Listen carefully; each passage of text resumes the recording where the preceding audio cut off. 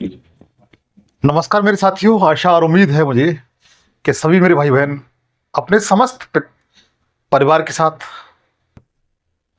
अपने पिताजी और माताजी के साथ आनंदमय होंगे। मित्र, आज मैं जो प्रैक्टिस सेट लेकर के आया हूं वह सेकंड है। इससे पहले मैं प्रैक्टिस सेट जीएस का बना चुका हूं, लिंक डिस्कशन में है, जाके जरूर देख लीजिए। उसमें लगभग मैंने 40 एमसीक्यू शामिल किए थे जो आपके 400 क्वेश्चनों पर भारी पड़ेंगे, इस बात का दावा है। इसमें मैंने 25 वो बेहतरीन एमसीक्यू शामिल किए हैं जो प्रतियोगी परीक्षा में पूछी जाती हैं। टीसीएस कंपनी द्वारा जो कराती है एग्जाम, उसके फेवरेट क्वेश्चन है। और मैं फिर भी कहूंगा 25 क्वेश्चन आपको कम से कम 250 क्वेश्चन क्लियर करा देंगे, इस बात का दावा मेरा। सेशन पूरा देखें और हो सके तो एक बेहतरीन नोट जरूर बना लें जो आपसे क्वेश्चन नहीं आ रहा है, ताकि एग्जाम टाइम में आप रिवीजन कर सको। मित्र, बगैर देरी क्यों चलते अपने सेशन की ओर। लेकिन मैं आपसे छोटी सी गुजारिश करूंगा रोजाना की तरह से कि मेरे भाई जो इस सेशन पे नहीं हो तो सेशन को सब्सक्राइब कर लेना, घंटी बजा के ऑल सेलेक्ट कर लेना, क्योंकि आपका भाई इसी प्लेटफॉर्म पर जीएस के सारे विषय बिल्कुल फ्री पढ़ाते हैं। मैथ और रीजनिंग जितेंद्र सर पढ़ाते हैं और दिनेश सर आपके जनरल साइंस पढ़ाते हैं। मित्र, सेशन अच्छा लगे लाइक करिए, और जो भाई मानते हैं तो गुजारिश करता हूं इसे सेशन को कम से कम 10 दोस्तों के साथ शेयर कर दीजिए। पहला क्वेश्चन यह आपकी स्क्रीन पर दिया गया बच्चों। अगर आप ईमानदारी से जानते हैं तो इस क्वेश्चन का राइट आंसर बताएं कि सिंधु घाटी सभ्यता का जो मांडा स्थल किस नदी के तट पर स्थित था। बेहतरीन क्वेश्चन है मित्र। जो सिंधु घाटी सभ्यता का जो मांडा स्थल है मेरे भाई, कौन सा मांडा जो स्थल है वो किस नदी के तट पर स्थित था? क्या नर्मदा नदी के तट पर स्थित था, या प्रवरा नदी के तट पर स्थित था, या चेनाब नदी के तट पर स्थित था, या फिर हिंडन नदी के तट पर स्थित था? भाई बताएं ईमानदारी से, जो भाई जानते हैं, मेहनत की है, सफलता से कुछ क्षण दूर हैं, वो इस क्वेश्चन को 100% बता ले जाएंगे। इतिहास का, एंशिएंट हिस्ट्री का फेवरेट क्वेश्चन है, बताएं। और ये विगत वर्ष परीक्षा में पूछा गया है। तो सबसे पहले आपको यह पता होना चाहिए मांडा स्थल है यह कहां पर है, किस देश में है, या किस राज्य में है। क्योंकि आप जानते हैं सिंधु घाटी सभ्यता के जो स्थल हैं वह 3 देशों में है, भारत, पाकिस्तान और अफगानिस्तान। क्योंकि सिंधु घाटी सभ्यता का जो विस्तार था वह 3 देशों में था। वर्तमान समय में अगर देखा जाए इसका जो एरिया है वह 20 लाख स्क्वायर किलोमीटर के समथिंग में फैला हुआ है। तो जो मांडा स्थल है मित्र, यह जम्मू कश्मीर में,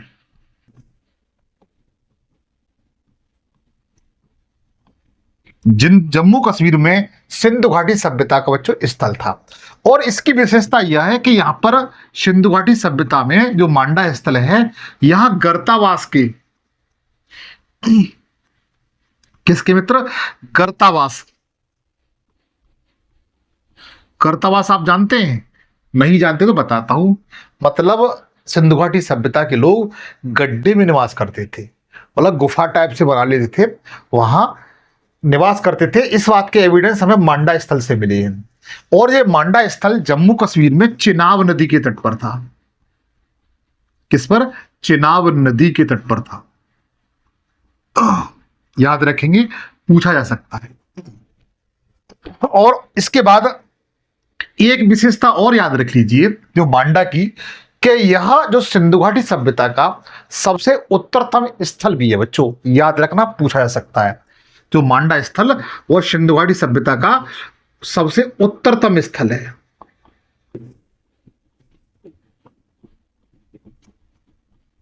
कैसा है? उत्तरतम स्थल है मेरे भाई सिंधु घाटी सभ्यता का।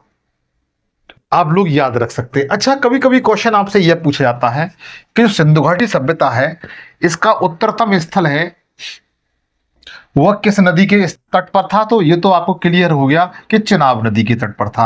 अब मैं इसके जो 4 दिशाएं होती है, चारों दिशाओं में कौन सा पश्चिमी स्थल था सिंधु घाटी सभ्यता का, कौन सा पूर्वी स्थल था, कौन सा उत्तरी तो मैंने बता ही दिया, दक्षिणी स्थल कौन सा था, इन सब के बारे में बताऊंगा। किस नदी के तट पर स्थित है, वर्तमान में उनकी लोकेशन कहां पर है, उन पे हम लोग एक बार नजर डाल लेते हैं बच्चों।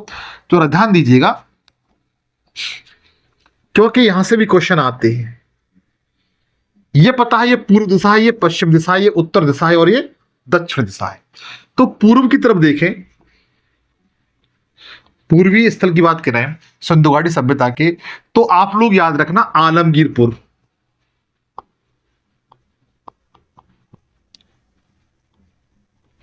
आलमगीरपुर सिंधु घाटी सभ्यता का मित्र पूर्वी स्थल है बच्चों।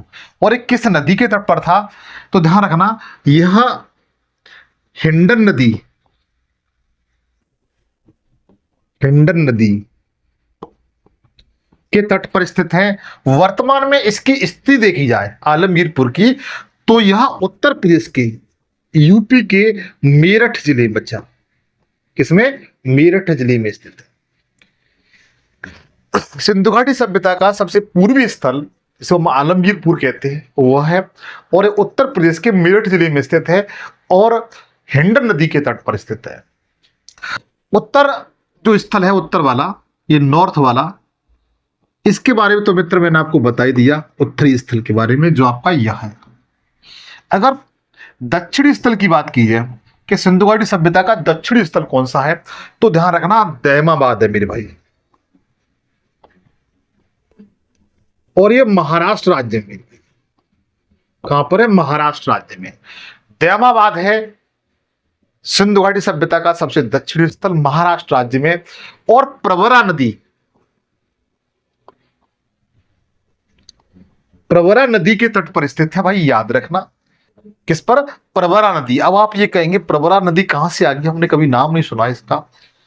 जो लोग जिनकी तैयारी इतनी बेस्ट नहीं है वो तो यही बात सोचेंगे, लेकिन बताना चाहता हूं प्रवरा जो नदी है मित्र, यह गोदावरी की सहायक नदी है। किसकी, गोदावरी की सहायक नदी है। अगर वहां पर प्रवरा नदी न देकर के गोदावरी नदी दे दे तो कोई आप इस पर ऑब्जेक्शन नहीं करेंगे, क्यों, गोदावरी नदी की सहायक नदी कौन सी है, प्रवरा नदी है ये। अब ध्यान दीजिए पश्चिमी स्थल की ओर, सिंधु घाटी सभ्यता का पश्चिमी स्थल बच्चों, तो पश्चिमी ये है, मैं पश्चिमी को इस तरह लिख देता हूं, तो सूतकांगेडोर है बच्चों। कौन सा है, सूतकांगेडोर है। और ये वर्तमान समय में पाकिस्तान का जो बलूचिस्तान प्रांत है ना उसमें है, पाक का बलूचिस्तान प्रांत, बलूचिस्तान प्रांत है उसमें स्थित है। और ये दास्क नदी के तट पर स्थित है बच्चा,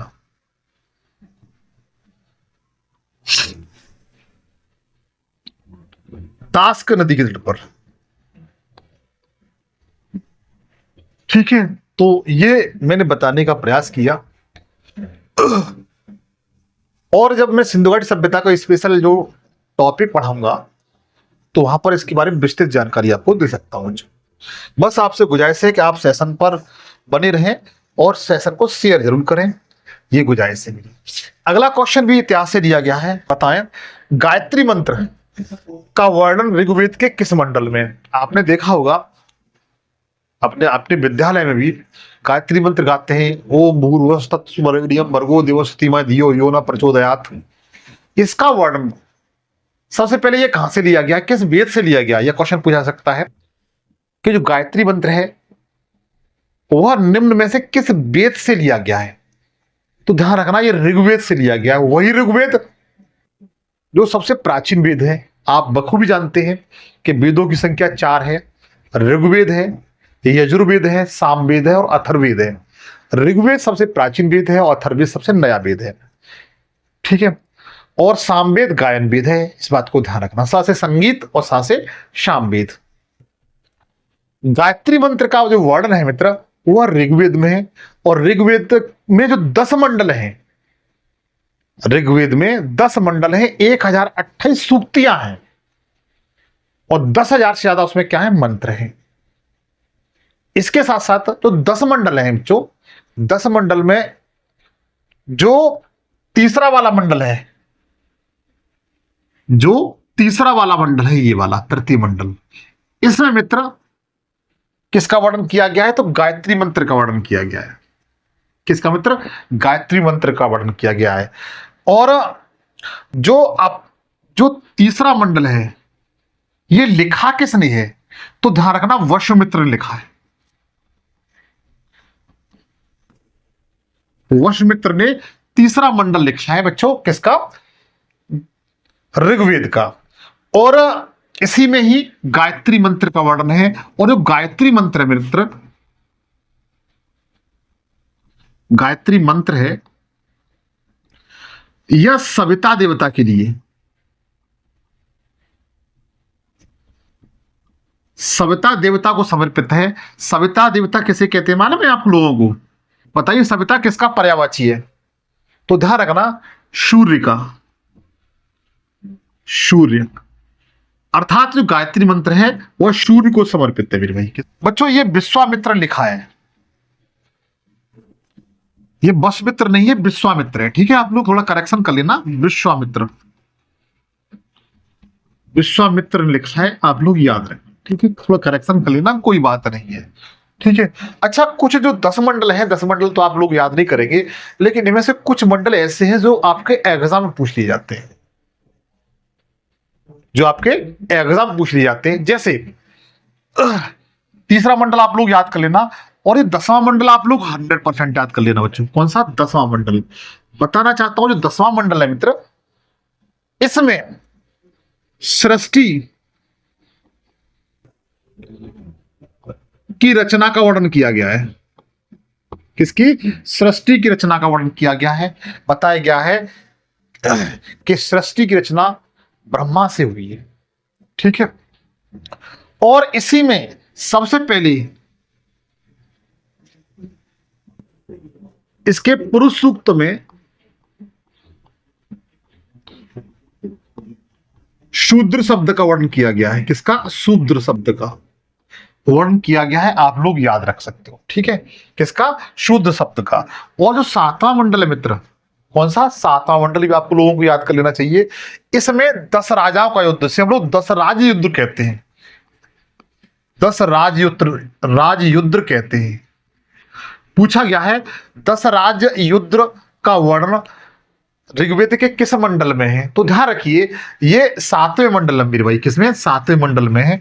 10 राजा में आपको बताना चाहता हूं, एक तरफ 10 राजा थे और एक तरफ भरत जो जन हुआ करता था। भरत जन मतलब जैसे मान के चलिए उत्तर भारत में जितने राज्य हैं उनमें से एक राज्य उत्तर प्रदेश है। तो उत्तर प्रदेश के जो मुखिया हैं वर्तमान समय उत्तर योगी आदित्यनाथ हैं, लेकिन उस समय जो वैदिक काल में जो भरत राजा हुआ, भरत जो जन था, उसके मुखिया कौन हुआ करते थे? सुदास थे। कौन थे? सुदास। सुदास ने इन 10 राजाओं को हराया था बच्चों। सुदास ने इन 10 राजाओं को हराया था, आप लोग याद रखना। और इन्हीं के जन के नाम पर, इन्हीं के जन के नाम पर, इनके राज्य के नाम पर अपने देश का नाम भारत पड़ा है बच्चों। ठीक है। और इस 10 राज युद्ध का वर्णन कहां पर है? तो याद रखना 7वें मंडल में है। किसमें? 7वें मंडल में। कभी कभी क्वेश्चन ये पूछ लिया जाता है कि आप ये बताएं कि जो 10 राज युद्ध है वह किस नदी के तट पर लड़ा गया था? किस नदी के तट पर लड़ा गया था? तो ध्यान रखना चिनाब नदी के तट पर। चिनाब नदी के तट पर। अच्छा, एक बात और बताएं, अब हम इसको चिनाब नदी कहते हैं, लेकिन पहले से चिनाब नदी नहीं कहा जाता था। वैदिक काल में जब से युद्ध हुआ था, जब तब इसे अस्किनी नदी कहती थी। क्या कहते थे? अस्किनी नदी। अस्किनी नदी, अस्किनी नदी कहती थी बच्चा। तो इन बातों को याद रखेंगे। अच्छा, आप लोग नदियों, वर्तमान समय में जो नदी हैं उनके प्राचीन नाम लिखना चाहते हैं वैदिक काल के, तो लिख सकते हैं। चलो मैं इधर लिख देता हूं। मैं जानता हूं ये बातें समझ में आ चुकी होंगी, थोड़े से हटा देता हूं ताकि मैं और चीजों को बता सकूं आप लोगों को।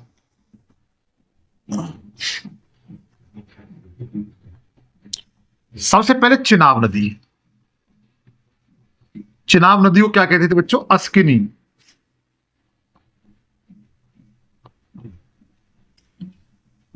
झेलम नदी को, किसको बच्चों, झेलम नदी, झेलम नदी को क्या कहते थे, तो ध्यान रखना वितस्ता नदी कहते थे वैदिक काल में, वितस्ता नदी। वैदिक काल में क्या कहते थे, ये नया नाम है, प्राचीन नाम है। उसके बाद रावी नदी, रावी नदी को बच्चों क्या कहते थे, तो ध्यान रखना पुरुषणी नदी कहती थी, पुरुषणी, पुरुषणी नदी कहते थे बच्चों, याद रखना रावी नदी को पुरुषणी नदी कहते थे। और जो सतलज नदी थी, कौन सी, सतलज नदी, सतलज नदी को क्या कहते थे, तो शतुद्री कहते थे, क्या कहते थे, शतुद्री कहते थे मेरे भाई, शतुद्री नदी कहते थे।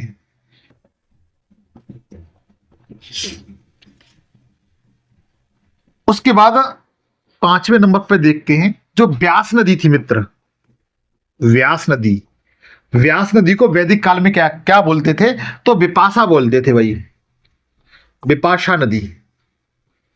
हो सकता है जो वर्तमान समय में बॉलीवुड में जो हीरोइन है विपाशा, उन्होंने उनका नाम इसी नदी के नाम पर रखा गया हो, ये उनके फैमिली वालों को पता होगा। लेकिन यहां से क्वेश्चन बन जाता है, आप लोग याद कर लेना। चिनाब नदी को वैदिक काल में ऋग्वेद में अस्किनी कहते थे, झेलम नदी को वितस्ता कहते थे, रावी नदी को पुरुषणी नदी कहते थे, सतलज नदी को शतुद्री नदी कहते थे, और व्यास नदी को विपाशा नदी कहते थे। चाहो तो आप इसका एक स्क्रीनशॉट ले सकते हैं या नोट कर सकते हैं मेरे भाई। अब अगले क्वेश्चन को चलते हैं। अगला क्वेश्चन क्या कहता है, बेहतरीन क्वेश्चन है मित्र, बताएं सौरमंडल का ऐसा कौन सा ग्रह है जिसमें तारे और ग्रह दोनों के गुण हैं। बेहतरीन क्वेश्चन मित्र, सौरमंडल का ऐसा कौन सा ग्रह है जिसमें तारे और ग्रह दोनों के गुण पाए जाते हैं, दोनों के कैरेक्टर पाए जाते हैं भाई। और ये टीसीएस द्वारा पूछा गया क्वेश्चन है मेरे भाई। सौरमंडल का ऐसा कौन सा ग्रह है जिसके अंदर तारे और ग्रह दोनों के गुण पाए जाते हैं। क्या शनि है, बृहस्पति है, शुक्र है या पृथ्वी है। देखिए मित्र, इस क्वेश्चन का जो राइट आंसर है वो बृहस्पति सही है बच्चा। बृहस्पति ग्रह, कौन सा, बृहस्पति ग्रह इस क्वेश्चन का राइट आंसर है। सबसे पहले इसकी जो खोज है बृहस्पति ग्रह की, वो किसने की थी, तो 1610 ईस्वी में गैलीलियो द्वारा की गई थी। किसके द्वारा, गैलीलियो द्वारा की गई थी। और गैलीलियो ने बच्चों सैटर्न की खोज की थी, शनि ग्रह की, और गैलीलियो ने ही दूरबीन की खोज की थी बच्चों। तो किसके द्वारा, गैलीलियो द्वारा।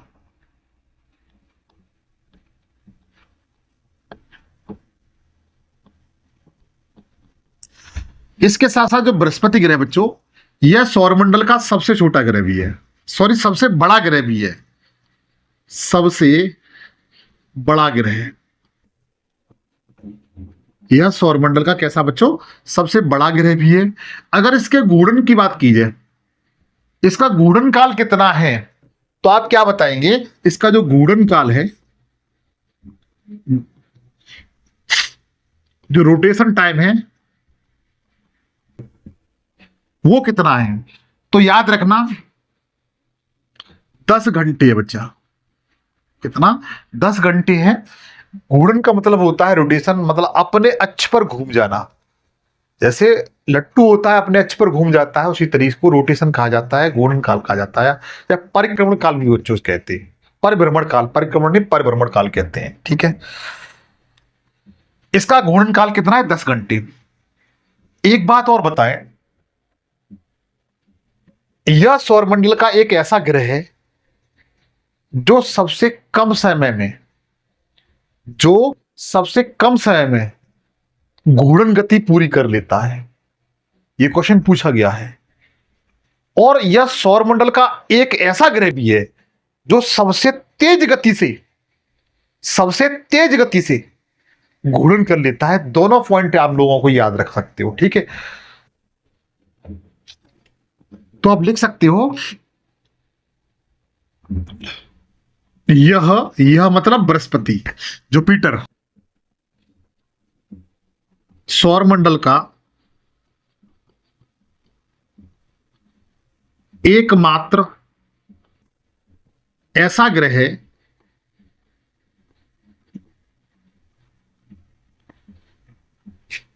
जो अन्य ग्रहों से अन्य ग्रहों से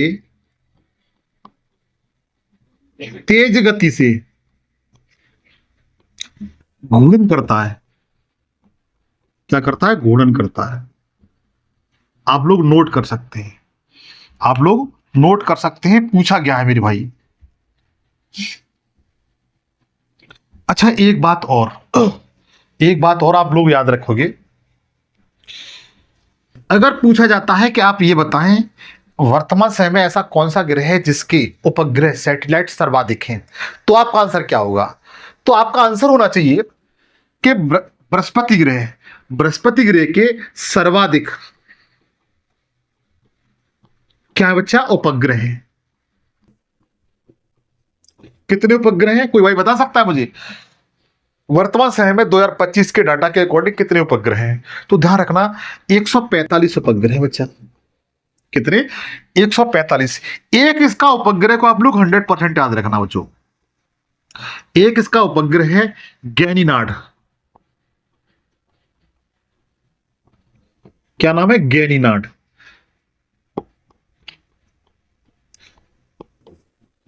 या गैनीमिड भी बोलते हैं उसे, गैनीमिड बोलते हैं। गैनीमिड या गैनीनाड बच्चों, यह अपने सौरमंडल का सबसे बड़ा उपग्रह है बच्चों, याद रखना। सौरमंडल का सबसे बड़ा उपग्रह है गैनीनाड या गैनीमिड, नाम एक ही है, आप लोग याद कर सकते हो। जो किसका है? बृहस्पति का भी सबसे बड़ा है और सौरमंडल का भी सबसे बड़ा है। अच्छा, क्वेश्चन मैंने आपसे पूछा था, इसमें तारे और ग्रह दोनों ही गुण पाए जाते हैं। तारों का मतलब ये होता है, तारे उन्हें कहा जाता है जो अपने अंदर से प्रकाश उत्पन्न करते हैं। आपको पता है सूर्य भी अपने आप में क्या है? स्टार है, तारा है। इसमें नाभिकीय संलयन विधि द्वारा क्या होती है? ऊर्जा निकलती है। लेकिन मित्र, इसमें से ऐसा कुछ नहीं होता, इसमें नाभिकीय संलयन विधि नहीं होती। इसमें हाइड्रोजन हीलियम मिलकर के कोई परमाणु का निर्माण नहीं करते। बट इसमें क्या है कि इसका जो आकार है इस टाइप से जुपिटर का, इसकी बाहरी लेयर से इस तरीके से कुछ तरंगें निकलती हैं। क्या निकलती हैं? तरंगें निकलती हैं। ठीक है, जो तरंगें निकलती तो ऐसा लगता है कि इसके चारों तरफ का क्या है? प्रकाश है। क्या है बच्चा? प्रकाश है। इसलिए इस ग्रह को क्या कहा जाता है? तारे और गुण दोनों कैरेक्टर वाला ये किसी प्लैनेट्स को कहा जाता है। आप लोग याद रख सकते हो। और इसके साथ साथ बच्चों ये ध्यान रखना, यह गैसी ग्रह भी है बच्चों। हालांकि गैसी ग्रहों की बात की जाए तो गैसी ग्रहों की संख्या 4 है। ठीक है, वो मैं आगे बताऊंगा। हालांकि मैंने सोलर सिस्टम की 2 क्लास बना दी हैं, लिंक दोनों के डिस्कशन में जाके जरूर देख लें। टोटल यूनिवर्सल के बारे में बता दिया है, सोलर सिस्टम के बारे में बता दिया है, दोनों का लिंक डिस्क्रिप्शन में दे दिया है, आप जाके जरूर दे सकते हैं। अगले क्वेश्चन की ओर चले। अगला क्वेश्चन आपसे क्या कहता है बच्चा? पूछा ये गया है, बेहतरीन क्वेश्चन पूछा गया है, निम्नलिखित में से कौन सा सौरमंडल का सबसे बौना ग्रह है? क्या पूछा है? बौना ग्रह। ड्राफ्ट प्लैनेट्स है बच्चों, प्लैनेट बता सकते हो?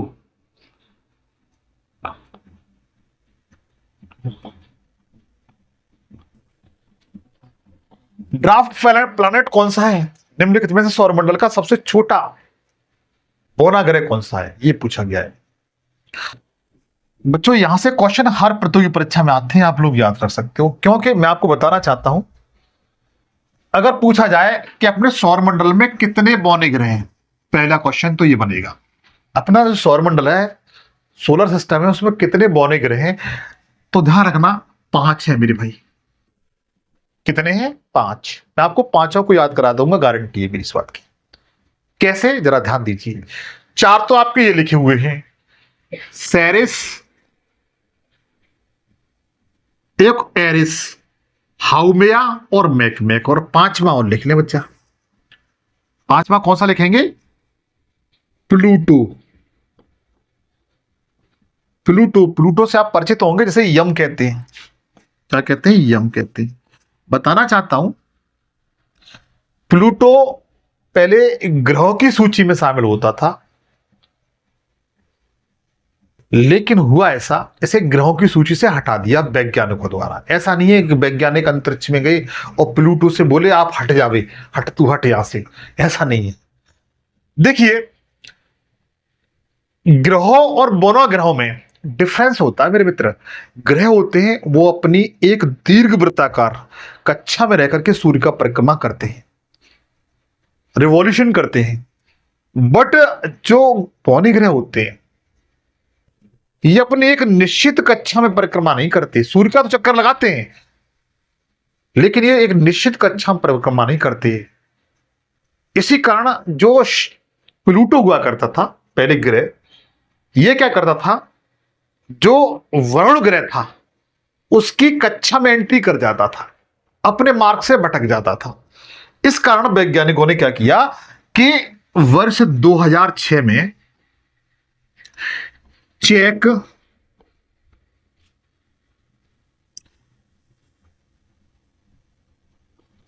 गणतंत्र देश के प्राग शहर में अंतरिक्ष वैज्ञानिकों की मीटिंग होती है। वहां इस प्लूटो को क्या कर दिया गया था, ग्रहों की सूची से हटा दिया गया, और अब यह बौना ग्रह है। इसमें आप देखेंगे जो एरिस है, कौन सा बच्चों? एरिस, ये वाला, यह सबसे बड़ा बौना ग्रह है।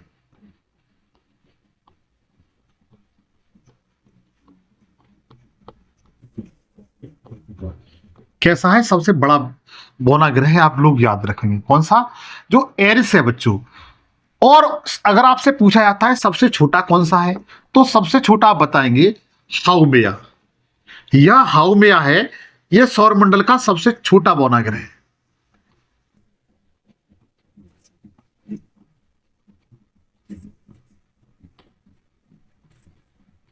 क्लियर हुआ?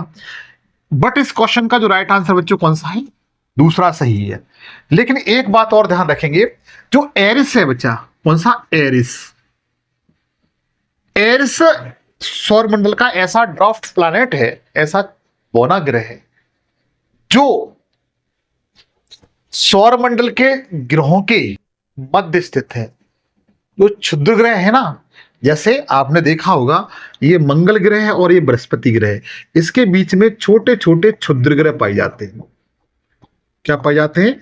छोटे छोटे क्षुद्र ग्रह पाए जाते हैं। ये मंगल है और ये बृहस्पति है बच्चा। जो सेरिस है वो सेरिस बच्चा ये है, ठीक है? ये क्या है? सेरिस। तो पूछा जा सकता है जो सेरिस बौना ग्रह है वो किन ग्रहों के मध्य स्थित है? तो मंगल और बृहस्पति के मध्य स्थित है। अब पांचों को याद कर लेना। सेरिस की विशेषता क्या है?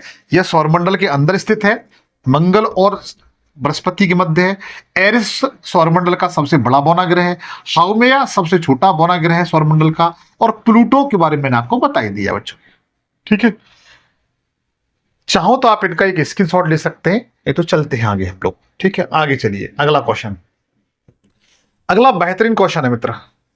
बताएं, भारत में हर वर्ष राष्ट्रीय खेल दिवस कब मनाया जाता है? कोई भाई बताइए इस क्वेश्चन का राइट आंसर क्या है? क्या 19 सितंबर को, 29 सितंबर को, 19 अगस्त को, या 29 अगस्त को? तो सबसे पहले मैं आपको बताना चाहता हूं, अवगत कराना चाहता हूं, आपको जानकारी देना चाहता हूं कि जो राष्ट्रीय खेल दिवस है बच्चों, वह किस व्यक्ति के जन्मदिन के अवसर पर मनाया जाता है, किस खिलाड़ी के जन्मदिन के अवसर पर मनाया जाता है? तो ध्यान रखना, आपने नाम सुना होगा मेजर ध्यानचंद्र। मेजर ध्यानचंद्र, जिन्हें बच्चा हॉकी का जादूगर कहा जाता है। क्या कहा जाता है? हॉकी का जादूगर।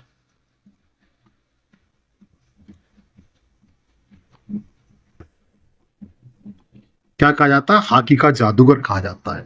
और इनका जन्म उत्तर प्रदेश के, यूपी के प्रयागराज में हुआ था। कब हुआ था? यूपी के प्रयागराज में हुआ था। कब हुआ था? तो ध्यान रखना 29 अगस्त को। कब बच्चा? 29 अगस्त को पैदा हुए थे। कौन? मेजर ध्यानचंद्र। ठीक है, तो इन्हीं के जन्मदिन के अवसर पर प्रत्येक वर्ष क्या मनाते हैं? राष्ट्रीय खेल दिवस मनाते हैं बच्चा। इसलिए इस क्वेश्चन का राइट आंसर कौन सा है? फोर्थ सही है मेरे दोस्त। कौन सा? फोर्थ इस क्वेश्चन का बेहतर और राइट आंसर है। 29 अगस्त को बिल्कुल आप लोग याद कर लेना मेरे भाई। एक बात और, अगर पूछा जाए कि वर्तमान समय में खेल के क्षेत्र का सर्वोच्च सम्मान कौन सा है, तो आप क्या बताएंगे? वर्तमान समय में भारत का खेल का सर्वोच्च सम्मान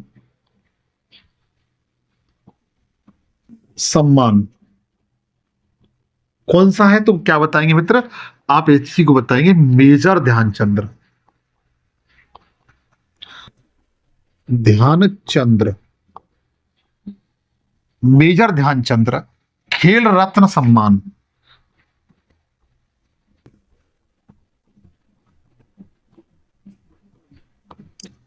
खेल रत्न सम्मान, भारत का खेल का सर्वोच्च सम्मान कौन सा है? तो ध्यान रखिए, मेजर ध्यानचंद्र खेल रत्न सम्मान बच्चों। ठीक है, हालांकि इनसे पहले इस खेल का नाम, इस जो खेल रत्न सम्मान होता था सबसे बड़ा खेल का, उसका जो नाम हुआ करता था इनसे पहले, वह राजीव गांधी खेल रत्न हुआ करता, खेल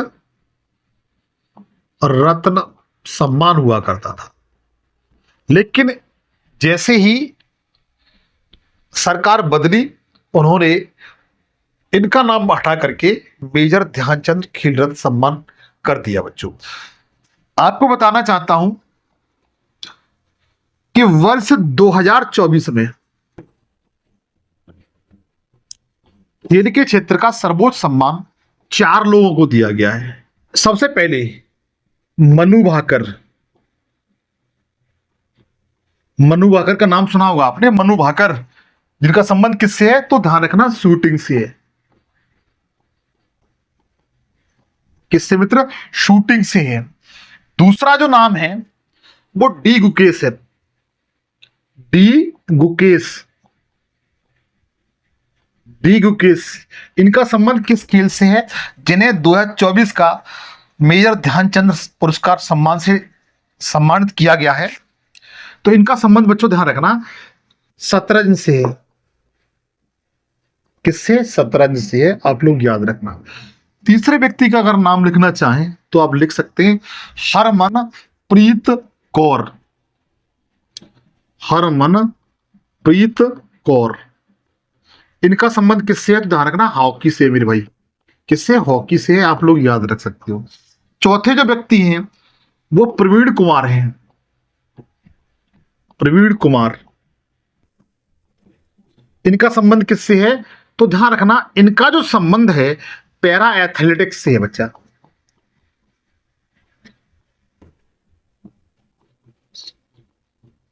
पैरा एथलेटिक्स से है। तो 4 लोगों को क्या दिया गया था? मेजर ध्यानचंद खेल रत्न सम्मान दिया गया। मनु भाकर शूटिंग से हैं, डी गुकेश शतरंज से हैं, हरमनप्रीत कौर हॉकी से हैं और प्रवीण कुमार है पैरा एथलेटिक्स से इनका संबंध है, जिन्हें 4 लोगों को खेल का सर्वोच्च सम्मान दिया गया बच्चों। आशा करता हूं ये बातें आपकी समझ में आ चुकी होंगी। एक बात और बेहतरीन जानकारी के लिए बता दूं कि जो मेजर ध्यानचंद थे, इन्होंने ओलंपिक में, का बच्चा ओलंपिक में 1928, 1932 और 1936, 1928, 32, 36 में भारत को पदक दिलाए थे बच्चों ओलंपिक में। इनकी प्रभाविता से, इनकी यश से प्रभावित होकर के जर्मनी का जो हिटलर था उस समय, उन्होंने कहा कि मेजर ध्यानचंद जी आप हमारे यहाँ आ जाइए जर्मनी में, मैं आपको जर्मनी की नागरिकता दे दूंगा और अपनी सेना में एक अच्छा पद दे दूंगा। ये हिटलर ने कहा था मेजर ध्यानचंद जी के बारे में, लेकिन मेजर ध्यानचंद ठहरी भारतीय।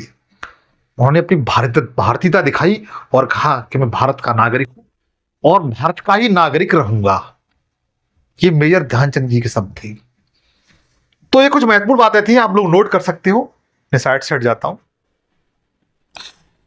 मेरी उम्मीद है कि सेशन आपको अच्छा लग रहा होगा। जब अच्छा लग रहा है तो प्लीज सेशन को सब्सक्राइब कर लें, दोस्तों के साथ शेयर कर दें। चलें, नेलपट्टू पक्षी अभयारण्य किस राज्य में? ये क्वेश्चन पूछा गया बच्चों रेलवे में, आपके एग्जाम में क्वेश्चन पूछा गया है। नेलपट्टू जो पक्षी अभयारण्य है वो किस राज्य में है? क्या ये तमिलनाडु में है, कर्नाटक, आंध्र प्रदेश या केरला? कोई भाई बताइए, कोई भाई बताइए छठवें क्वेश्चन का राइट आंसर क्या है? नेलपट्टू पक्षी अभयारण्य किस राज्य में है? ये ऑप्शन आपके सामने है, बताने का प्रयास करें ईमानदारी से, अगर जानते हैं तो। बताना चाहता हूं इस क्वेश्चन का राइट आंसर तीसरा सही है, आंध्र प्रदेश की ओर जाएंगे। नेलपट्टू पक्षी अभयारण्य बच्चा कहां पर है? तो आंध्र प्रदेश में। आप लोग याद रखोगे मेरे भाई, पूछे गए ये सारे अभयारण्य। अच्छा, कुछ महत्वपूर्ण अभयारण्य हैं जो आपके एग्जाम में आते हैं, जैसे सुल्तान। कोई भाई बता सकता है सुल्तान पक्षी अभयारण्य कहां पर है? बता सकता है भाई कोई, सुल्तान पक्षी अभयारण्य कहां पर है? तो हरियाणा में भाई, मारू हरियाणा में। कहां पर है? हरियाणा में। और बताओगे? और बताएं मित्र। रंगपट्टू, रंगपट्टू याद करने से 100% पक्षी अभयारण्य है, अभयारण्य है। ये कहां पर है? तो ध्यान रखना, रंगपट्टू पक्षी अभयारण्य ये कर्नाटक राज्य है मित्र। कहां पर? कर्नाटक राज्य में। वेरी वेरी इंपॉर्टेंट है, पूछ लेना। और इसके साथ साथ तीसरा और याद कर ले, सलीम अली। कोई भाई बता सकता है सलीम अली पक्षी अभयारण्य कहां पर है? पक्षी अभयारण्य कहां पर है? तो ध्यान रखना ये गोवा में मेरे भाई। कौन सा? गोवा में। जितने भी लिखा रहा हूं बड़ा इंपोर्टेंट है, आपकी परीक्षा में आते हैं। ठीक है, मैंने आपसे वादा किया है ना, 25 क्वेश्चन आपके 250 क्वेश्चन को क्लियर करा देंगे, बस सेशन को पूरा जरूर देखें। वेदांतंगल, वेदांतंगल, थंगल, वेदांतंगल बच्चों पूछा गया है। वेदांतंगल जो पक्षी अभयारण्य है वो किस राज्य में है? तो बताएंगे, ये आपके तमिलनाडु राज्य में है। कहां पर? तमिलनाडु राज्य में है।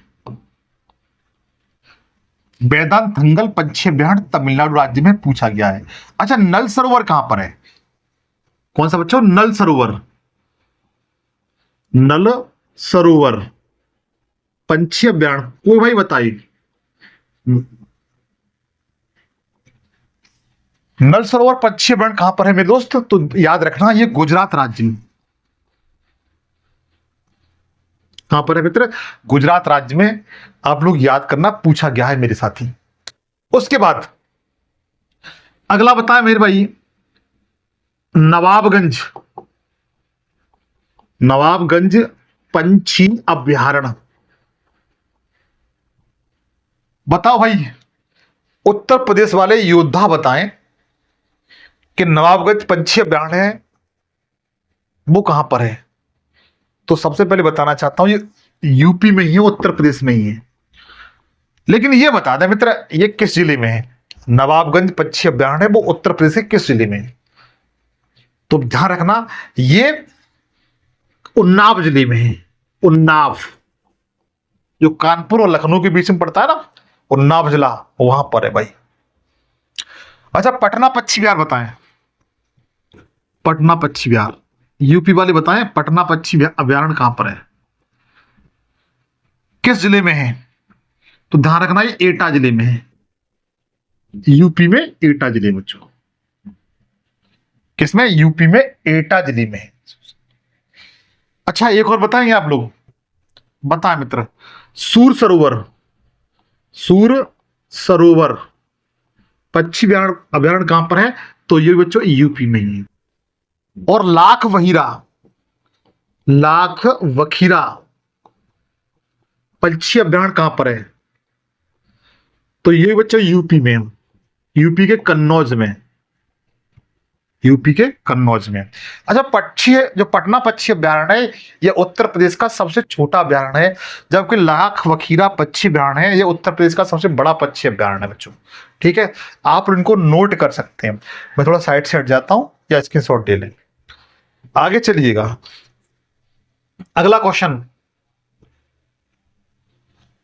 सबसे महत्वपूर्ण बात, भारत का सरकार का कानून विषयों पर कौन परामर्श देता है? भारत सरकार को कानून विषयों पर कौन परामर्श देता है? भारतीय संविधान का क्वेश्चन है मित्र। क्या भारत का महान्यायवादी या उच्चतम न्यायालय के मुख्य न्यायाधीश, जिसे हम सीजेआई ऑफ इंडिया कहते हैं, बताएं वर्तमान समय में जो अपने सीजेआई है वो कौन है? आप मुझे कमेंट सेक्शन में बताएं। विधि आयोग के अध्यक्ष या नियंत्रक एवं महालेखा परीक्षक? बताएं भाई, इस क्वेश्चन का राइट आंसर क्या हो सकता है? भारत का कानूनी सलाहकार कौन होता है? तो याद रखना, जो महान्यायवादी होता है वही होता है।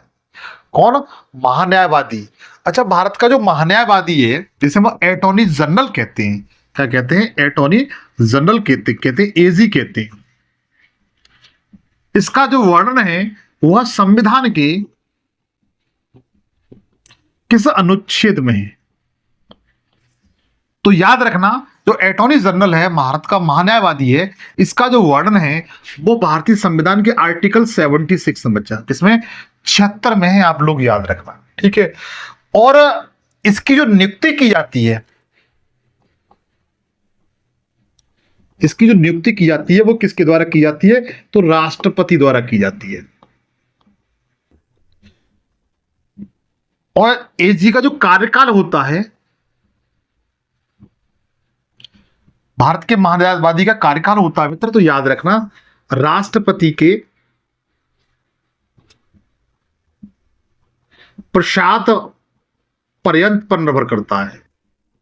कोई कार्य निश्चित, इसका मतलब कार्यकाल निश्चित नहीं है, 1 वर्ष भी हो सकता है, 5 वर्ष भी हो सकता है, 10 वर्ष भी हो सकता है। ये राष्ट्रपति की प्रसाद पर्यंत पर निर्भर करता है, क्योंकि राष्ट्रपति द्वारा इनकी क्या की जाती है? नियुक्ति की जाती है बच्चों, पूछा जा सकता है। अच्छा, वर्तमान समय में भारत के एजी कौन है? तो ध्यान रखना, वर्तमान समय में भारत के जो एजी हैं 2025 चल रहा है ना बच्चों, हाँ 2025 चल रहा है, तो आर वेंकटरमन है बच्चों, आर वेंकटरमन। कौन है? आर वेंकटरमन है। और इनकी नियुक्ति कब की गई थी? तो 2022 में इनकी नियुक्ति गई थी और अब तक है ये। ठीक है बच्चा, अब तक ये हमारे कौन है? अटॉर्नी जनरल है, आप लोग याद रख सकते हैं। आगे चलें, पहला ऑप्शन बच्चों इसका सही है। आगे चलिएगा, पूछा गया है अमेरिका की 5 झीलों में से निम्नलिखित में से कौन सी झील शामिल नहीं है? अमेरिका की जो 5 झीलें हैं जिन्हें हम लोग ग्रेट लेक कहते हैं बच्चा, क्या कहते हैं? ग्रेट या महान झीलें, ग्रेट लेक्स। हाँ, 5 झीलों में इनमें से कौन इसमें 5 झीलों में शामिल नहीं है, ये पूछा गया है। क्या सुपीरियर झील शामिल नहीं है? तो बताना चाहता हूं मेरे दोस्त, इसमें दूसरी बात यह है कि जो 5 झीलें हैं इनमें एक सुपीरियर झील भी है, और ये विश्व की सर्वाधिक ताजे पानी की झील है। ताजे या मीठी पानी की झील है।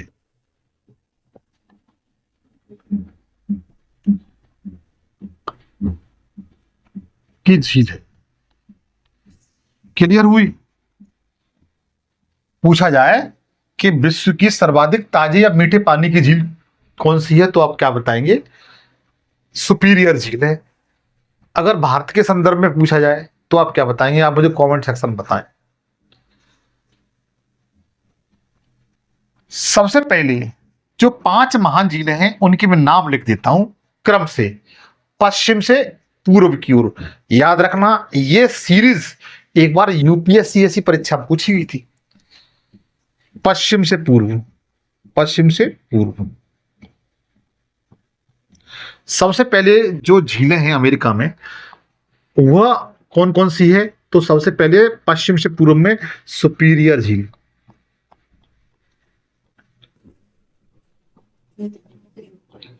दूसरे नंबर पर कौन सी है? तो ध्यान रखना, मिशिगन झील है।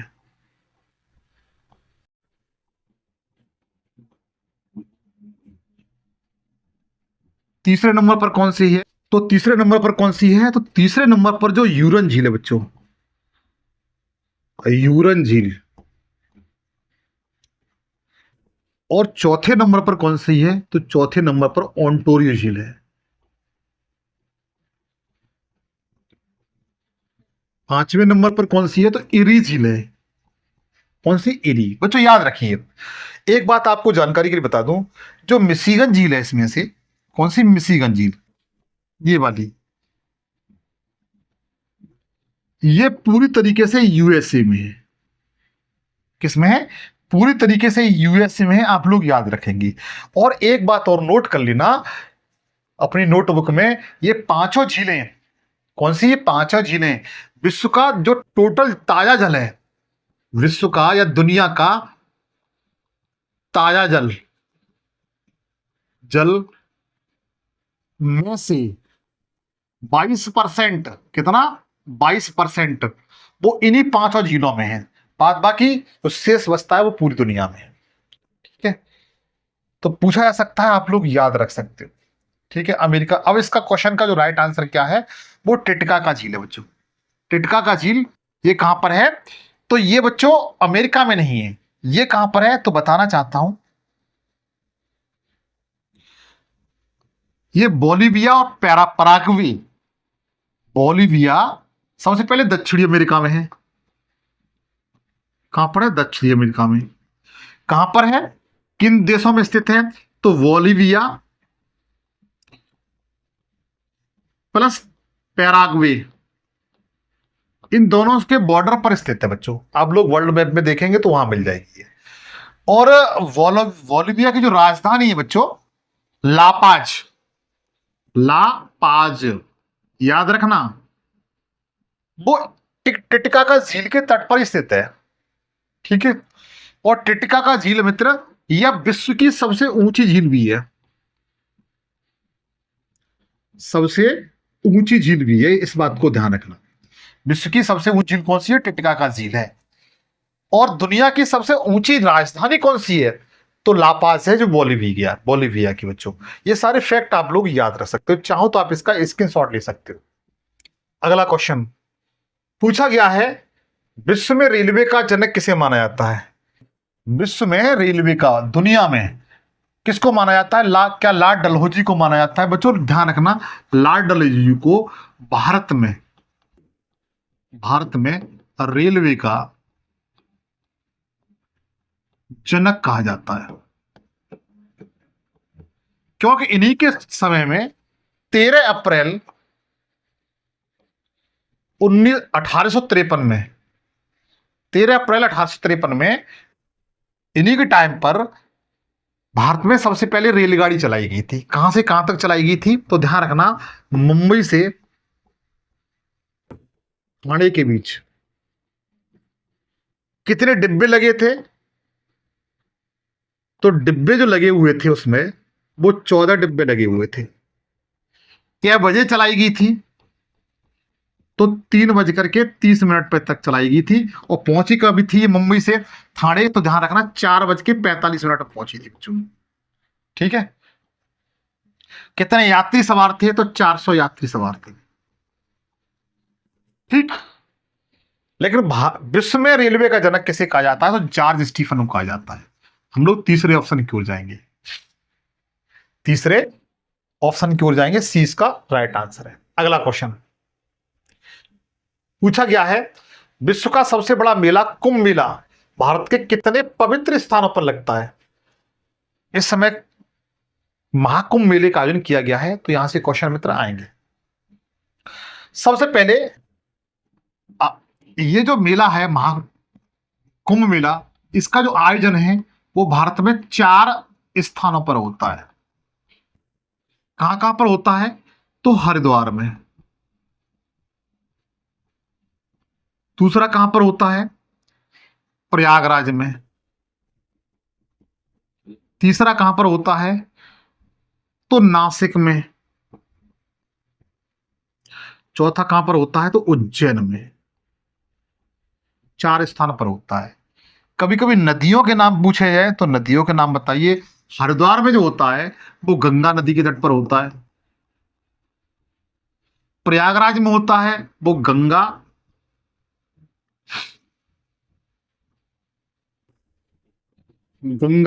प्लस यमुना, इनके संगम पर होता है। नासिक में वो जो होता है, नासिक,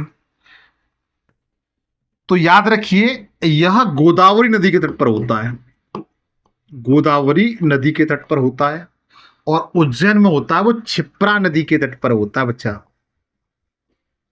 कोई भाई बता सकता है क्षिप्रा नदी किसकी सहायक नदी है? कोई भाई बताए। तो 4 पवित्र स्थानों पर होता है, इसलिए दूसरा ऑप्शन इस क्वेश्चन का राइट आंसर है। आगे चलिए, अगला क्वेश्चन। विश्व का सबसे बड़ा द्वीप समूह कौन सा है? बताएं भाई, विश्व का सबसे बड़ा द्वीप समूह कौन सा है? क्या जापान है, इंडोनेशिया, वेस्ट इंडीज या ग्रीनलैंड? बताएं अगर ईमानदारी से इस क्वेश्चन को राइट आंसर जानते हैं तो याद रखिए मित्र, इस क्वेश्चन का जो राइट आंसर बच्चों इंडोनेशिया सही है।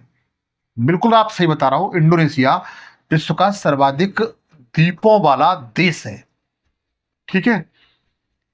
और जो ग्रीनलैंड है बच्चों, ग्रीनलैंड विश्व का सबसे बड़ा द्वीप है।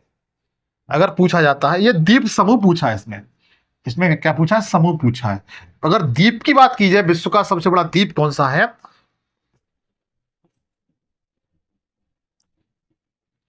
सबसे बड़ा द्वीप, तो आप क्या बताएंगे? ग्रीनलैंड को।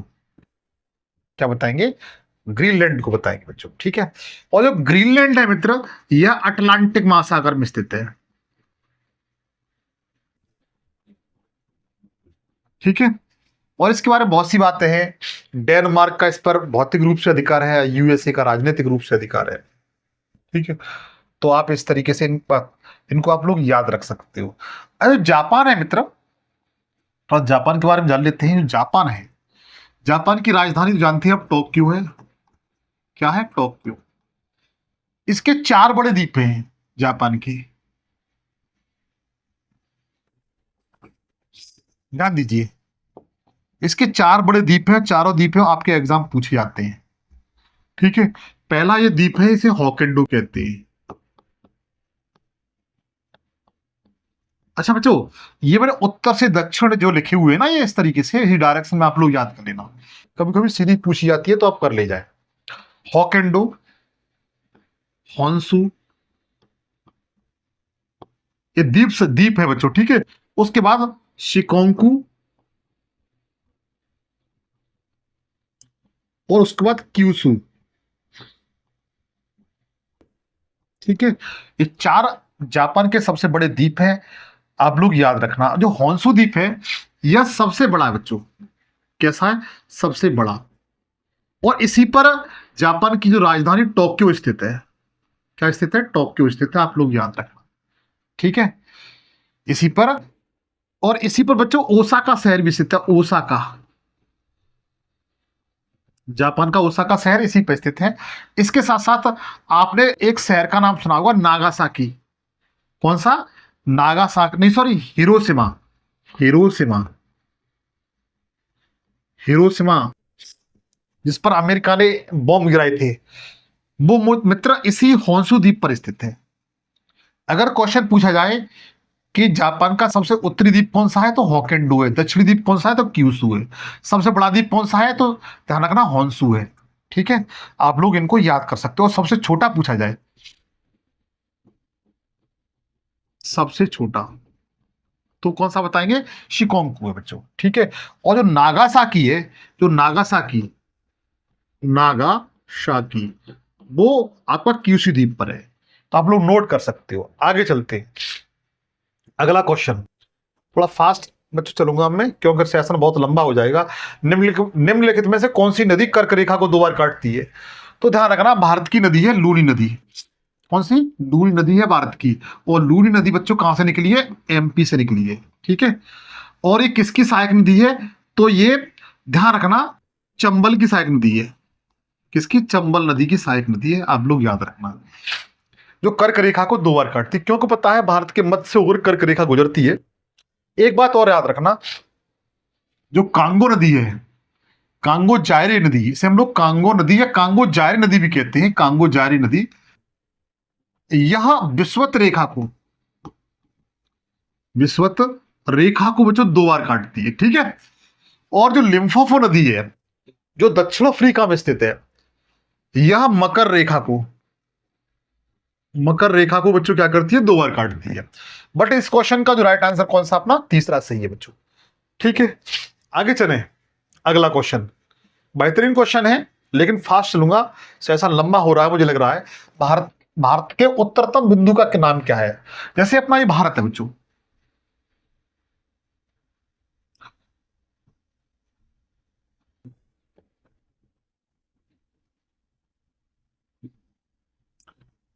ये अपना भारत है। पूछा गया है इसका सबसे उत्तरतम बिंदु बिंदु यहां पर होगा बच्चों, जम्मू कश्मीर में। कहां पर? जम्मू कश्मीर में होगा। हालांकि पाक ऑक्युपाइड कश्मीर में है इस समय। इसका नाम क्या है? तो इंदिरा कौल है बच्चों, इंदिरा कौल। कितने डिग्री अक्षांश पर स्थित है? तो ध्यान रखना, 37 डिग्री 6 मिनट उत्तरी अक्षांश पर स्थित है ये। ठीक है, ये सबसे उत्तरी बिंदु है। जो इस क्वेश्चन का राइट आंसर दूसरा सही है। अगर दक्षिणी बिंदु की बात की जाए, मुख्य भूमिका, तो यहां पर है बच्चों, कन्याकुमारी। कन्याकुमारी जो 8 डिग्री कितना 4 मिनट पर स्थित है, 8 डिग्री 4 मिनट उत्तरी अक्षांश पर स्थित है।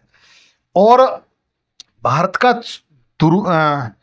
दूरस्थम दक्षिणतम बिंदु पूछा जाए जो कहां पर है, तो ध्यान रखना, अंडमान निकोबार द्वीप समूह में। जो निकोबार द्वीप समूह का जो ग्रेट निकोबार है, कौन सा है? ग्रेट निकोबार, ग्रेट निकोबार है। ग्रेट निकोबार पर भारत का सबसे दक्षिणतम बिंदु स्थित है, दूरस्थम दक्षिणतम बिंदु, जिसका नाम क्या है? इंदिरा पॉइंट है बच्चों।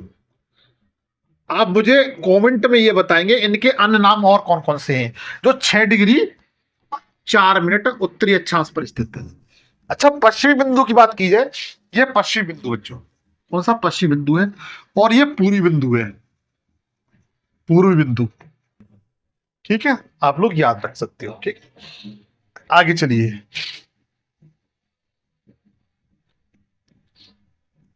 बताइएगा अगला क्वेश्चन, भारत के कितने राज्य समुद्र तटीय सीमा रेखा बनाते हैं? जैसे अपना भारत है ये, पूछा इसमें ये गया है, भारत के कितने राज्य हैं जो समुद्र तटीय सीमा रेखा बनाते हैं? आपको पता है कि इधर बंगाली खाड़ी है, बंगाल की खाड़ी है, और इधर अपना अरब सागर है पश्चिम में। कितने राज्य बनाते हैं? तो काउंट कर लीजिए। गुजरात राज्य है एक, दूसरा ये महाराष्ट्र है, छोटा सा तीसरा गोवा है, चौथा कर्नाटक राज्य है, पांचवा केरल है। ठीक है, लिख सकते हो गुजरात, दूसरा मैंने बताया महाराष्ट्र, तीसरा गोवा है जो सबसे कम बनाता है, चौथा कर्नाटक है, पांचवा केरल है, और ये समुद्र तटीय सीमा रेखा बनाते हैं अरब सागर की ओर। उसके बाद छठवें नंबर पर कौन सा है? तो तमिलनाडु है। सातवां कौन सा है? तो आंध्र प्रदेश है बच्चों, ये एपी है। आठवां कौन सा है? तो ध्यान रखना, उड़ीसा है, उड़ीसा। और यहां पर नौवां कौन सा है? तो ध्यान रखना, वेस्ट बंगाल है। आपको याद होगा, ये जो चार राज्य हैं ये बंगाल की खाड़ी की तरफ सीमा रेखा बनाते हैं, तमिलनाडु, आंध्र प्रदेश, उड़ीसा, वेस्ट बंगाल। बट इस क्वेश्चन का जो राइट आंसर होगा मेरे दोस्त, वह तीसरा सही होगा। ठीक है, आगे चलते हैं।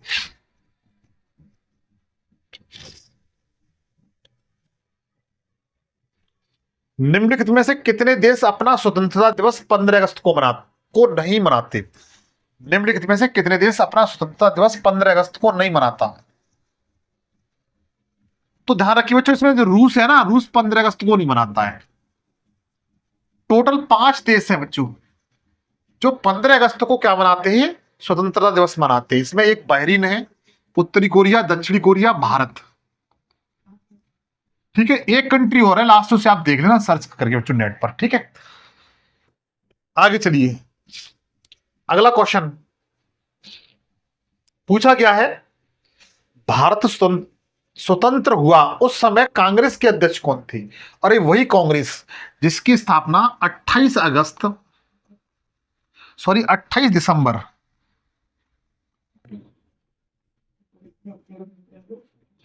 1885 में हुई थी। कहां पर हुई थी? तो मुंबई में। उस समय भारत का गवर्नर कौन था? तो डफरिन था। कौन था गवर्नर? डफरिन था। किसके सहयोग से हुई थी या किसने की थी? तो याद रखना, ए हुम ने, ए ओ हुम ने, ए हुम ने की थी बच्चों। और ए हुम को ही बच्चों क्या कहा जाता है? कांग्रेस का पिता भी कहा जाता है। ठीक है, लेकिन जब भारत स्वतंत्र हुआ था उस समय कांग्रेस के अध्यक्ष कौन थे? तो जेबी कृपलानी थे बच्चों। कौन थे? जेबी कृपलानी। तीसरे ऑप्शन की ओर जाएंगे। अगला क्वेश्चन, भारत में कितने राष्ट्रीय अवकाश मनाए जाते हैं? बताइए, कितने राष्ट्रीय अवकाश मनाए जाते हैं? क्या 2 हैं या 3 हैं, 4 हैं, 5 में? तो याद रखना, एक तो 26 जनवरी को रिपब्लिक डे के अवसर पर, दूसरा 15 अगस्त को, तीसरा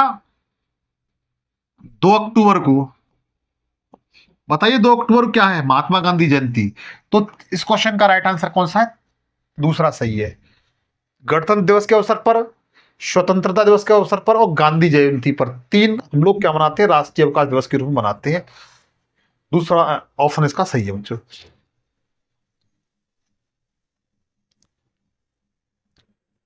आगे चलिएगा। 18वां क्वेश्चन। 18वां क्वेश्चन, राष्ट्रमंडल खेलों का आयोजन किस वर्ष हुआ था? बताइए, 1925 में, 1928 में, 1930 में या 1920 में? तो मित्र इस क्वेश्चन का जो राइट आंसर है वो तीसरा सही है, 1930 इस क्वेश्चन का राइट आंसर है। राष्ट्रमंडल खेलों का आयोजन सबसे किस वर्ष किया गया था? तो ध्यान रखना, 1930 के कनाडा में किया गया था। कनाडा का एक शहर कौन सा है? इसका नाम क्या है? हैमिल्टन। हैमिल्टन, हैमिल्टन शहर में बच्चों इसका क्या किया गया था? आयोजन किया गया था। आप लोग याद रखोगे। इसके बारे में अलग बहुत सी जानकारी है, वो मैं आपको, इसका आयोजन प्रत्येक 4 वर्ष बाद किया जाता है, आप लोग ये भी याद रखना।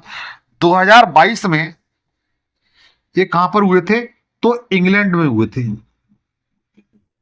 ठीक है, और 2026 में इसका आयोजन कहां पर होगा? आप बताइए, कमेंट सेक्शन में बताएं। आगे चलिए।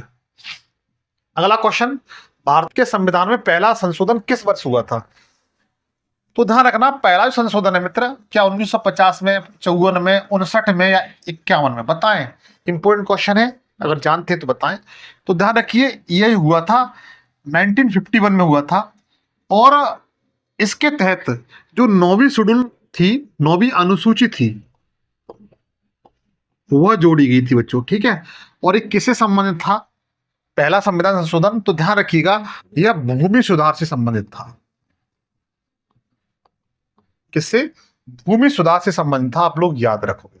ठीक, आगे चलिएगा। अगला क्वेश्चन, असम का प्राचीनतम नाम क्या है? तो ध्यान रखना, असम का प्राचीनतम जो नाम है बच्चों वो प्राग ज्योतिषपुरम है। और ये कब था बच्चों? महाभारत काल में है। महाभारत काल में असम को क्या कहते थे? प्राग ज्योतिषपुरम कहा जाता था। अच्छा, असम को कामरूप कब कहते थे? तो ध्यान रखना, समुद्रगुप्त, गुप्त वंश का एक शासक हुआ था समुद्रगुप्त। समुद्रगुप्त, इसका एक स्तंभ था, प्रयाग स्तंभ। प्रयाग स्तंभ, इसमें प्रयाग स्तंभ में जो समुद्रगुप्त द्वारा लिखा गया था, प्रयाग स्तंभ, उसमें असम का नाम क्या मिलता है? कामरूप मिलता है। जो क्या मिलता है? कामरूप मिलता है। बट इस क्वेश्चन का जो राइट आंसर कौन सा है? ये सही है। पहला इस क्वेश्चन का राइट आंसर है। आगे चलिएगा, अगला क्वेश्चन है बच्चों, यूएनएचआरसी का पूर्ण रूप क्या है? वेरी वेरी इंपॉर्टेंट क्वेश्चन है बच्चों, 100% इस क्वेश्चन को याद कर लेना। ये यूएनओ की संस्था है, इसका पूर्ण रूप क्या, पूर्ण नाम क्या है? तो ध्यान रखना, इसका जो पूर्ण नाम है शरणार्थियों के लिए संयुक्त राष्ट्र उच्चायुक्त, ये इसका बच्चों राइट आंसर है। इसकी स्थापना 1950 में की गई थी। इसका हेडक्वार्टर की बात की है तो जेनेवा में है। किसमें? जेनेवा में है, आप लोग याद रखना, ठीक है। आगे चलिए, सेशन थोड़ा लंबा ना हो इसलिए मित्र मैं थोड़ा सा फास्ट पढ़ाने की कोशिश कर रहा हूं। पूछा गया है, महल चित्रकला की राजपूत शैली का विकास किसके शासनकाल में हुआ था? 22वां क्वेश्चन है, अगर जानते हैं तो बताएं इस क्वेश्चन का राइट आंसर क्या है। तो मित्र ऑप्शन आपके सामने दिए गए, महाराजा तेज सिंह, अकबर, रजिया सुल्तान और हुमायूं। बट इस क्वेश्चन का जो राइट आंसर बच्चों ध्यान रखना, जो महल चित्रकला थी वह महाराजा तेज सिंह के समय बहुत विकसित हुई थी। अच्छा, कुछ चित्रकला है जो आपके एग्जाम पूछी जाती है, पूछा इस तरह से जाता है, कौन सी चित्रकला किस राज्य से संबंधित है। जैसे एग्जाम्पल के तौर पर आपसे पूछा जा सकता है, जैसे जैसे बसोली चित्रकला, वसौली पूछा गया है, बसोली चित्रकला है, ये किस राज्य की है? तो ध्यान रखना जम्मू कश्मीर की है। किसकी? जम्मू कश्मीर की पूछी गया है। दूसरा नंबर वर्फी चित्रकला है, वो किस राज्य की है? तो ये महाराष्ट्र राज्य की मेरे भाई। किसकी? महाराष्ट्र राज्य की है। और पूछा जाए फड़ चित्रकला किसकी है? तो राजस्थान राज्य की है। किसकी मित्र? राजस्थान राज्य की है। फट चित्रकला पूछी गई है मेरे भाई। और एक और लिख लीजिए, इंपोर्टेंट है बच्चा, उसका नाम क्या है? कलमकारी चित्रकला। कलमकारी कलमकारी चित्रकला है, वो किस राज्य की है? तो आंध्र प्रदेश की है मेरे भाई। 100% याद कर लेना, पूछी जा सकती है, आंध्र प्रदेश की है, पूछी जा सकती है। और एक है पाइका। पाइका किसकी है? किस राज्य की चित्रकला है? तो उड़ीसा की है। किसकी? उड़ीसा की है। ये सारे क्वेश्चन मित्र आए हुए हैं बच्चा, ठीक है, सारे क्वेश्चन आए हुए हैं, आप लोग याद कर लेना, ठीक है। आगे चले, आगे चलिएगा, अगला क्वेश्चन पूछा गया है, ग्रिड ग्रिडा नामक लोक नृत्य किस राज्य का है? कौन सा बच्चों? ग्रिडा नामक लोक नृत्य वो किस राज्य का है? बताएं, क्या झारखंड का है, मध्य प्रदेश का, वेस्ट बंगाल का है, छत्तीसगढ़ का? कोई भाई बताए 23वें क्वेश्चन का राइट आंसर क्या हो सकता है? क्रीड़ा नामक जो लोक नृत्य है वो किस राज्य का है? तो ध्यान रखना, पूछा गया है, ये मध्य प्रदेश का बच्चों।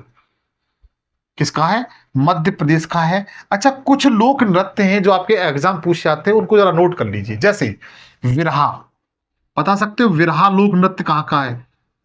कोई भाई बताए बिरहा लोक नृत्य कहाँ का है? तो ध्यान रखना बिहार का है। किसका?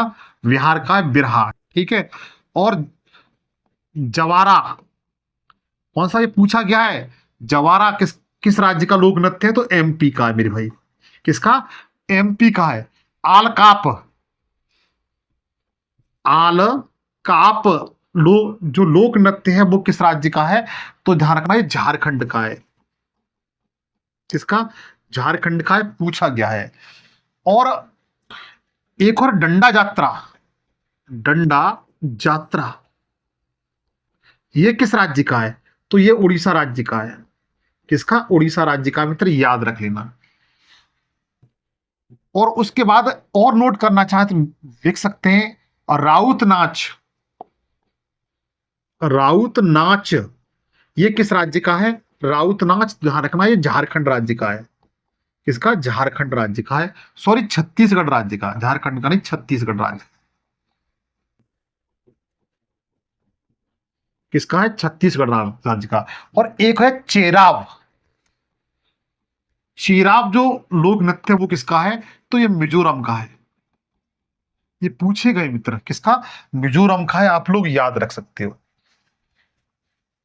एक और लिख लीजिए जट जटनी,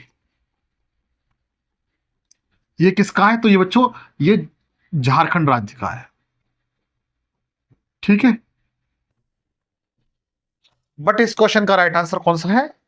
दूसरा सही है बच्चों। अगला क्वेश्चन पूछा गया है, मानव शरीर सूर्य के प्रकाश में कौन सा विटामिन बनाता है? तो सभी लोग जानते हैं कैल्सीफेरॉल बनाता है भाई, सभी लोग जानते हैं कैल्सीफेरॉल को बनाता है, इसे विटामिन डी कहते हैं।